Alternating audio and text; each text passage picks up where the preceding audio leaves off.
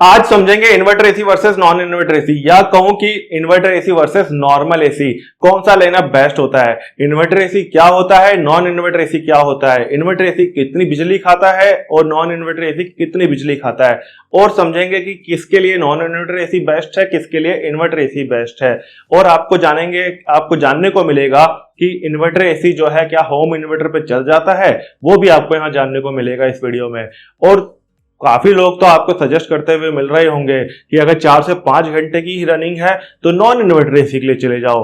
क्या वो सही बात है? प्रैक्टिकली समझेंगे उस चीज को भी कि आपके लिए क्या चीज वो वैलिड पॉइंट है या भी नहीं, वो भी जानेंगे। और भैया उन लोगों को तो मेरा सल्यूट है जो लोग ये सोचते हैं कि इन्वर्टर एसी ले लेते हैं और 2 घंटे की रनिंग करते हैं और 1 घंटे के लिए ऑफ कर देते हैं, फिर 2 घंटे की रनिंग करते हैं, फिर 1 घंटे के लिए ऑफ कर देते हैं, 2 घंटा चलाते हैं, रूम ठंडा होता है, फिर 1 घंटे के लिए ऑफ कर देते हैं।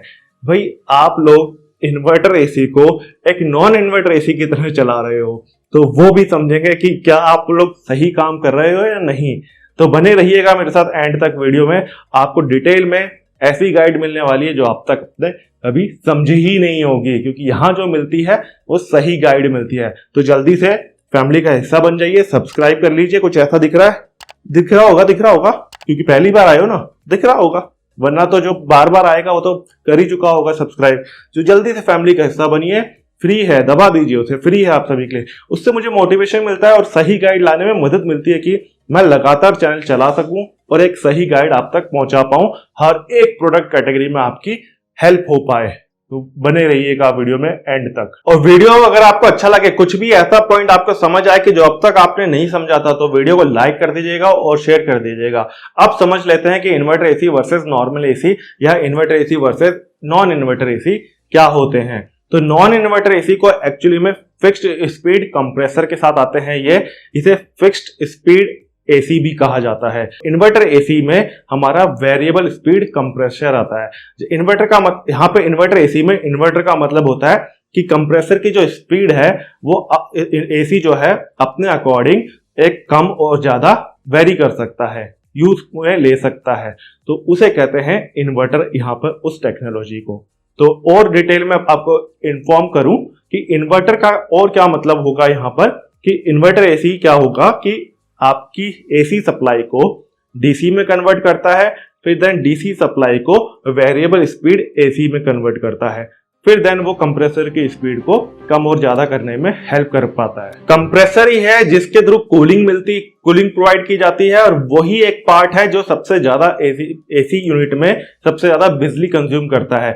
वही एक तरह से एसी का इंजन होता है। तो नॉन इन्वर्टर एसी में वो कांस्टेंट स्पीड पे चलता है और अपना इन्वर्टर एसी में वो वेरिएबल स्पीड में चलता है। स्पीड कम और ज्यादा वो कर सकता है। स्पीड और कम ज्यादा से मतलब है कि कितनी वो पावर ले रहा है, पावर कम और ज्यादा अपने हिसाब से ले सकता है। इसे समझेंगे, पहले समझ लेते हैं कि वो पावर वॉट समझ लेते हैं कि नॉर्मली जो हमारे 5 स्टार एसीज होते हैं, स्प्लिट एसी, वो आपको लगभग 1100 से 1200 वॉट की पावर कंज्यूम करते हैं। वो पीक पावर है, मैक्सिमम पावर 1200 वॉट की कंज्यूम करते हैं।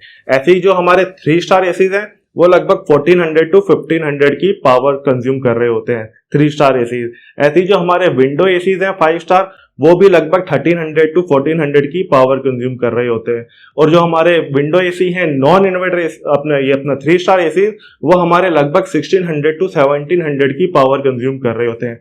ये मैक्सिमम पावर लोड है, वो मैक्सिमम कितने लोड पर कंप्रेसर को उठाएंगे, वो एक मैक्सिमम लोड होता है। तो जब भी हम ऑन करते हैं एसी को, आपने टेम्परेचर सेट कर दिया इंडोर यूनिट का 24 डिग्री, आउटडोर टेम्परेचर हो रखा है मान लीजिए 41-42 डिग्री। अब कंप्रेसर आपने ऑन किया, तो कंप्रेसर जब भी ऑन होगा तो अपनी मैक्सिमम पीक पावर पे एक बार को ऑन होता है। तो अगर आपका एसी यूनिट 1200 वॉट वाली पावर कंजम्पशन वाला है, 5 स्टार एसी है, तो वो 1200 वॉट की पावर कंजम्पशन पे एक बार को उठेगा। तो 1200 वॉट मैं एक समझ लेता हूं, एक फिगर लेके चलता हूं। 1.5 टन की मैंने ये कैपेसिटीज बताई थी, पावर इनपुट बताई थी। 1 टन की वेरी कर जाएगी, 2 टन की वेरी कर जाएगी। तो हम 1.5 टन से 1200 वॉट का एक कांस्टेंट एग्जांपल लेके चलते हैं कि नॉन इन्वर्टर एसी कैसे वर्क करेगा और इन्वर्टर एसी कैसे वर्क करेगा। तो जब भी आप नॉन इन्वर्टर एसी ऑन करोगे तो नॉन इन्वर्टर एसी में वेरिएबल कंप्रेसर तो है नहीं, आपका कांस्टेंट स्पीड कंप्रेसर है। तो वो क्या करेगा, आपने 24 डिग्री सेट किया हुआ है टेम्परेचर, तो आपके रूम के अंदर कूलिंग करना शुरू करेगा। तो जब तक कूलिंग 24 डिग्री नहीं आ जाती है तब तक आपका जो कंप्रेसर है हाई स्पीड पे ही चलता रहेगा।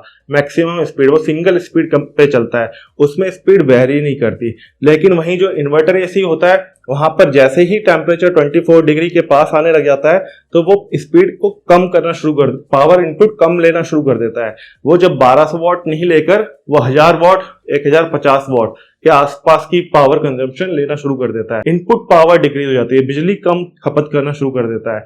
वहीं नॉन इन्वर्टर एसी आपकी सेम पावर कंज्यूम कर रहा होता है और उसको कूलिंग करने के लिए आपको 24 डिग्री जो आपने सेट किया है, तो जैसे ही टेम्परेचर जब कुछ समय बाद वो 24 डिग्री से नीचे जाने लग जाएगा, 25 डिग्री 26 डिग्री, 1 से 2 डिग्री का डिफरेंस आता है, 2 डिग्री का डिफरेंस आता है। जैसे ही 2 डिग्री डाउन जाएगा 26 डिग्री तक आएगा तो कंप्रेसर फिर से ऑन होगा। तो जब वो फिर से ऑन होगा तो वो फिर से 1200 वॉट पे ऑन होगा, तो 1200 वॉट की कंटिन्यूस सप्लाई ले रहा होगा, बिजली की सप्लाई ले रहा होगा। तो एक एसी आपका अगर टेम्परेचर 41 डिग्री 42 डिग्री है आउटडोर का और आपने 24 डिग्री पे सेट करके चलाया है, तो लगभग नॉर्मल स्पीड में, टर्बो स्पीड की बात नहीं कर रहा हूं, टर्बो को एग्जांपल में नहीं लेते हम, नॉर्मल स्पीड में आपने चलाया उसे 24 डिग्री पे सेट कर, तो वो लगभग 1 घंटा आपका लेता है उस रूम को 24 डिग्री तक लाने में। क्योंकि जब आपका आउटडोर टेम्परेचर 41-42 डिग्री होता है तो उस समय पर आपका जो रूम टेम्परेचर होता है लगभग 35-36 डिग्री के आसपास रहता है। नॉन इन्वर्टर एसी के कंप्रेसर की जो रनिंग है वो डिफरेंट पैरामीटर के ऊपर डिपेंड करती है कि जो उसका ऑन ऑफ साइकिल है वो कितना ज्यादा रहता है कितना कम रहता है, वो डिफरेंट सिचुएशन के ऊपर डिपेंड करता है। कि लाइक अगर पीक समर डेज चल रहे हैं 43, 44, 45 डिग्री टेम्परेचर आउटसाइड जा रहा है तो आपका जो रूम है वो बहुत, जैसे अगर ऑफ हुआ कंप्रेसर, तो कंप्रेसर जब ऑफ हुआ तो वो 1 से 2 डिग्री जो भी थर्मोस्टेट सेट होता है, अलग अलग एसी मॉडल में अलग अलग टाइप का थर्मोस्टेट सेट होता है, तो आपके सेट किए हुए टेम्परेचर 24 डिग्री से अगर वो 25 डिग्री 26 डिग्री तक जाता है तो कंप्रेसर रीस्टार्ट होता है। उस रीस्टार्ट होने की ऑफ से रीस्टार्ट ऑफ ऑन ऑफ इस साइकिल में कितना टाइम लग रहा है उसके ऊपर आपका जो है टेम्परेचर कंजम्पशन रहता है। क्योंकि इसने चलना तो 1200 वॉट पे ही है कंटिन्यूअसली जब भी कंप्रेसर ऑन होगा। अगर टेम्परेचर बाहर बहुत ज्यादा जा रहा है 43, 44, 45 डिग्री जा रहा है तो कंप्रेसर ऑफ ही बहुत रेयर होगा। हार्डली 1 से 2 मिनट के लिए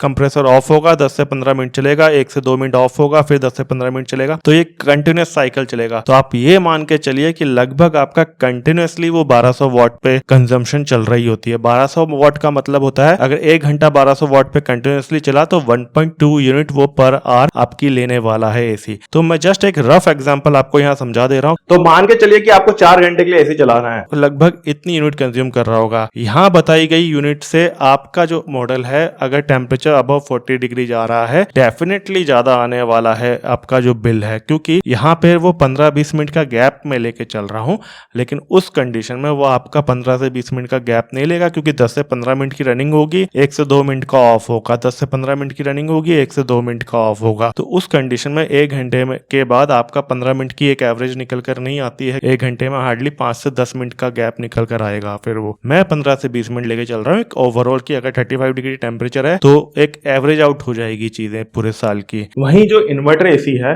वो इनिशियली स्टार्ट होते वक्त 1150-1200 वॉट की बिजली ले रहा होगा, देन धीरे धीरे वो डिक्रीज होती चली जाती है। तो जैसे ही कूलिंग उसके आसपास आना शुरू हो जाता है तो बिजली कंजम्पशन भी डिक्रीज होना शुरू हो जाता है और 24.5 डिग्री पे वो फिर से थोड़ी सी स्पीड बढ़ा लेगा, बिजली की कंजम्पशन थोड़ी सी बढ़ा लेगा ताकि ज्यादा कूलिंग मिल पाए और टेम्परेचर कांस्टेंट रह सके।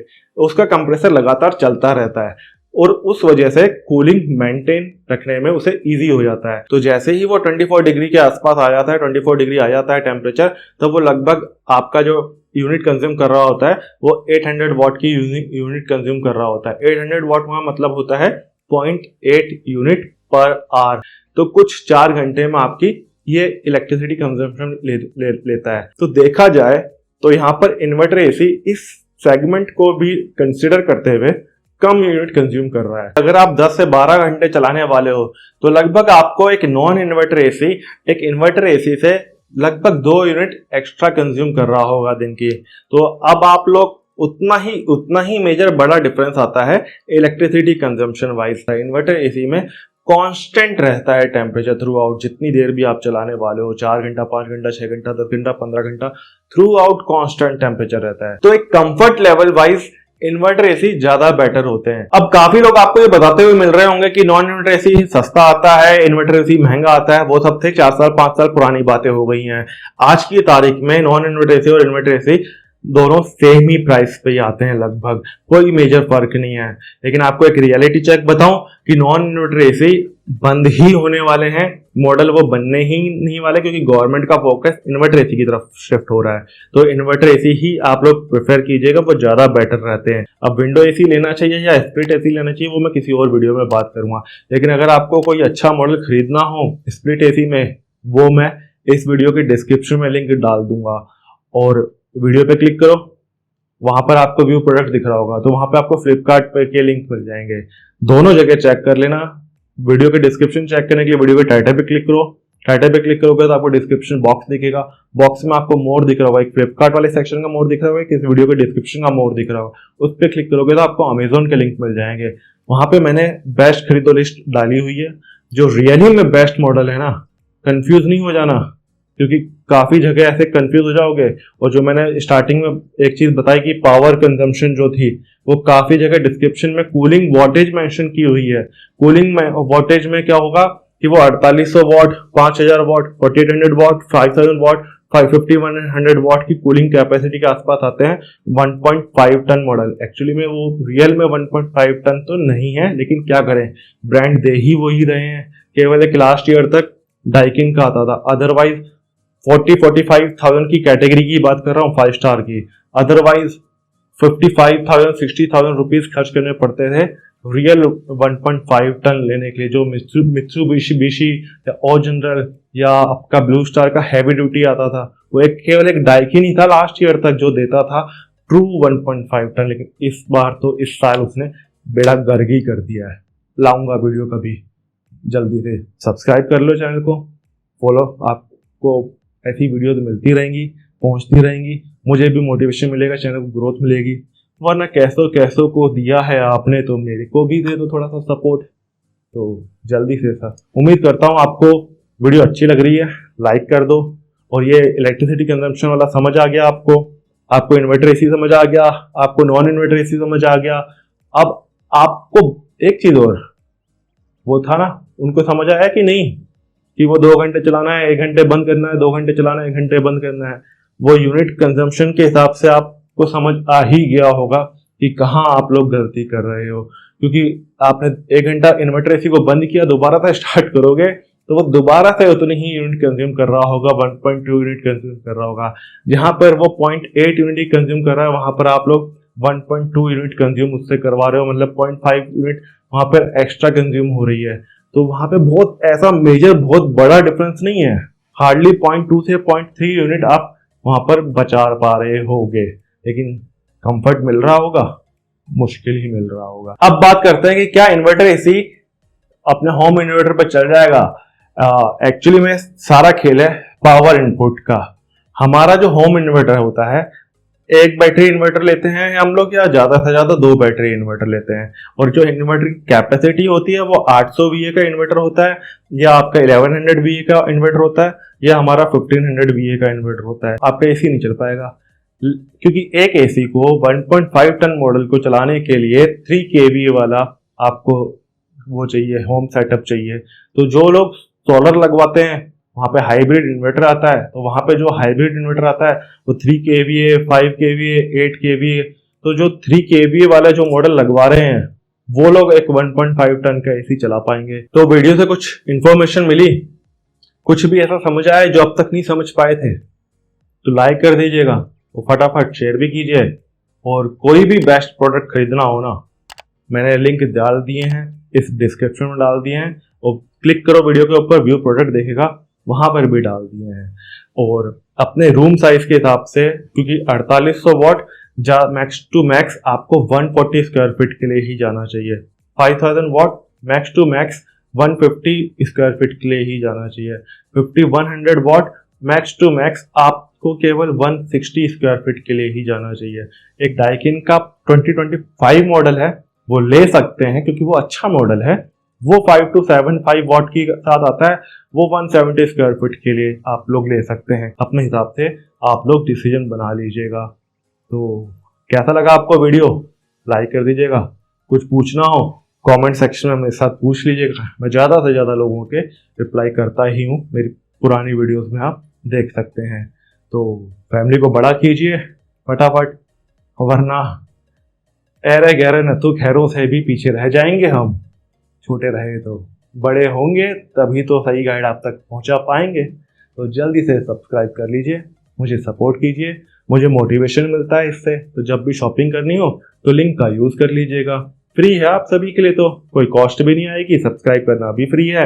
और प्रोडक्ट खरीदोगे तो आपके लिए तो सेम प्रोडक्ट का प्राइस रहने वाला है जैसा आप नॉर्मल शॉपिंग के वक्त रहते हो सकता है कि मुझे कुछ हेल्प मिल जाए उससे। तो जल्दी से शेयर कर दीजिएगा और मिलते हैं फिर नेक्स्ट वीडियो में। टिल देन अपना ध्यान रखिएगा और खुश रहिएगा।